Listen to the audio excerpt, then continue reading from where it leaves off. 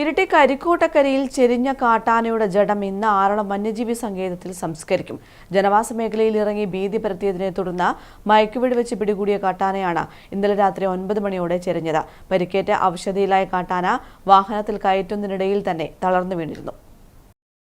ഇന്നലെ രാത്രി 9 മണിയോടെയാണ് ഇരിട്ടി കരിക്കോട്ടക്കരയിൽ ജനവാസ മേഖലയിൽ ഇറങ്ങി ഭീതി പരത്തിയതിനെ തുടർന്ന് മയക്കുവെടി വെച്ച് പിടികൂടിയ കാട്ടാന ചെരിഞ്ഞത്. ജനവാസ മേഖലയിൽ 18 മണിക്കൂറോളം നിലയുറപ്പിച്ച 3 വയസ്സ് പ്രായമുള്ള പിടിയാനയാണ് ഇന്നലെ വൈകിട്ട് 5 മണിയോടെ മയക്കുവെടി വെച്ചത്.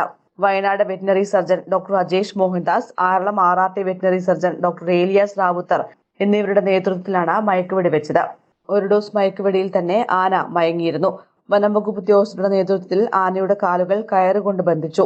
തുടർന്ന് ആനയുടെ മുറിവേറ്റ താടിയിൽ ഉൾപ്പെടെ മരുന്ന് വെച്ചു. ആഴത്തുള്ള മുറിവാണ് ഉണ്ടായിരുന്നത്. പടക്കം പൊട്ടിയാണ് ആനയ്ക്ക് പരിക്ക് പറ്റിയതെന്നാണ് നിഗമനം. തുടർന്ന് ലോറിയിലേക്ക് കയറ്റാൻ ശ്രമിക്കുന്നതിനിടെ ആന തളർന്നു വീഴുകയായിരുന്നു. ഉടൻ തന്നെ പ്രാഥമിക ശുശ്രൂഷകൾ നൽകി ആനയെ തുടർ ചികിത്സയ്ക്കായി ആറളം വന്യജീവി സങ്കേതത്തിലേക്ക് കൊണ്ടുപോവുകയായിരുന്നു. പിന്നീടാണ് രാത്രി 9 മണിയോടെ കാട്ടാന ചെരിഞ്ഞതായി വനംവകുപ്പ് അധികൃതർ സ്ഥിരീകരിച്ചത്. ഗുരുതരമായ പരിക്കും ദിവസങ്ങളായി ഭക്ഷണം കഴിക്കാൻ കഴിയാത്ത സാഹചര്യവുമാണ് ആന ചരിയാൻ കാരണമായതെന്നാണ് നിഗമനം. പോസ്റ്റ്മോർട്ടം നടപടികൾക്ക് ശേഷം ആനയെ ആറളം വന്യജീവി സങ്കേതത്തിൽ സംസ്കരിക്കും. News bureau, Iritty.